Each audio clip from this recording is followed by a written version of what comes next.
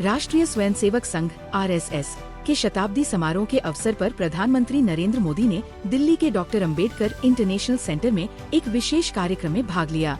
इस समारोह में उन्होंने RSS के 100 वर्ष पूरे होने पर विशेष स्मारक डाक टिकट और शुद्ध चांदी का स्मृति सिक्का जारी किया।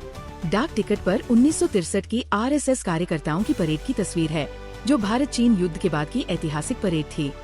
सिक्के पर भारत माता की भव्य छवि और राष्ट्रीय चिन्ह के साथ RSS का बोध वाक्य राष्ट्राय स्वाहा इदं राष्ट्राय इदं नमः अंकित है। पीएम मोदी ने अपने संबोधन में RSS की 100 वर्षों की यात्रा को त्याग, निस्वार्थ सेवा और राष्ट्र निर्माण का अद्भुत उदाहरण बताया।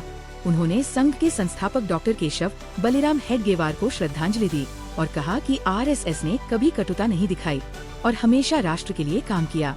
संघ के खिलाफ कई बार साजिशें हुई और प्रयास किए गए उसे कुचलने के, लेकिन संघ ने अपने मिशन को कभी नहीं छोड़ा। शताब्दी समारोह दशहरा के अवसर पर शुरू हुआ और ये पूरे देश में बड़े उत्साह के साथ मनाया जा रहा है। ये स्मारक टिकट और सिक्का RSS के इतिहास में पहली बार जारी किया गया है, जो संघ के योगदान को मान्यता देता है।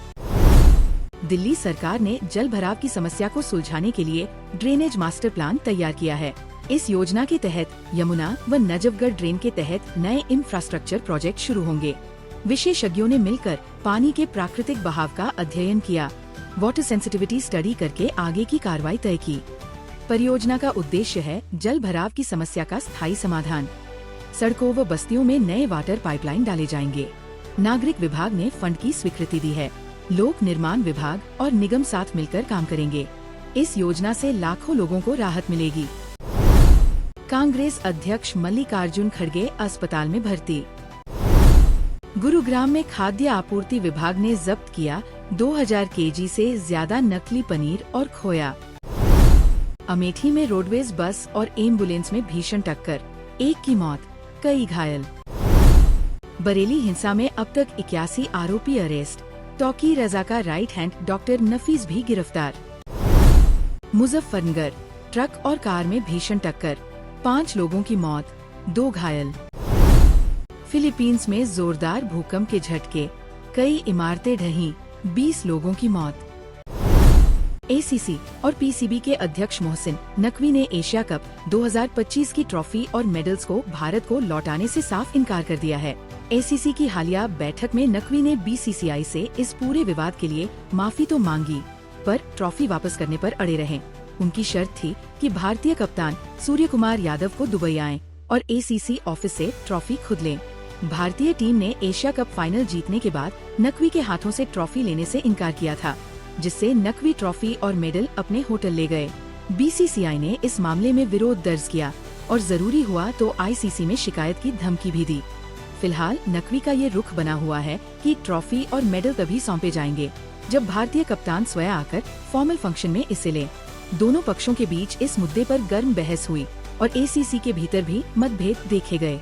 इस विवाद से क्रिकेट फैंस और मीडिया में व्यापक चर्चा हो रही है।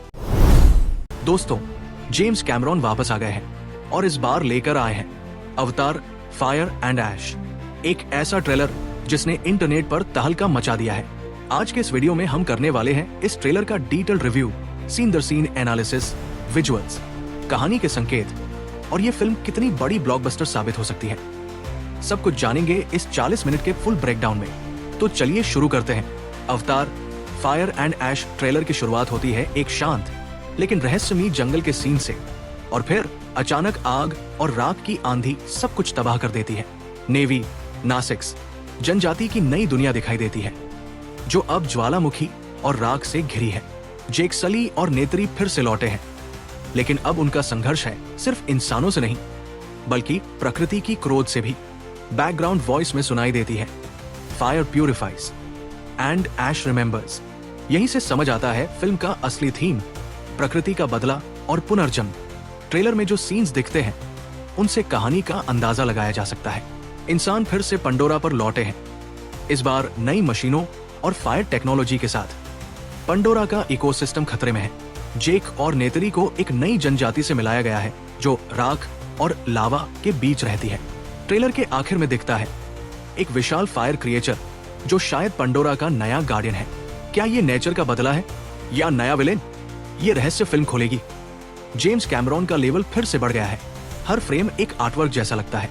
फायर, लावा, राख और पानी के मिक्स में पंडोरा का नया वर्जन। सीजीआई इतना रियल है कि सीन स्क्रीन से बाहर आते लगते हैं, खासकर वो शॉट जहां नेत्री फायरस्टॉर्म में अपने बच्चों को बचाती है। गूज बम्प्स गारंटीड।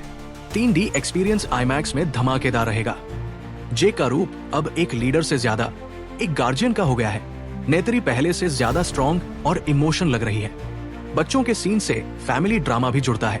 इंसान वाले किरदार अब और भी खतरनाक लगते हैं, खासकर एक नया विलेन कमांडर रिकर। ट्रेलर का हर डायलॉग इमोशन और पावरफुल है। बैकग्राउंड स्कोर में फिर से सुनाई देता है वो सोलफुल अवतार थीम, साथ में ट्राइबल ड्रम्स और वोल्केनिक इफेक्ट्स। म्यूजिक इमोशंस और इंटेंसिटी दोनों बढ़ाता है। जेम्स हॉर्न की लेगेसी को सुंदर तरीके से ट्रिब्यूट दिया गया है।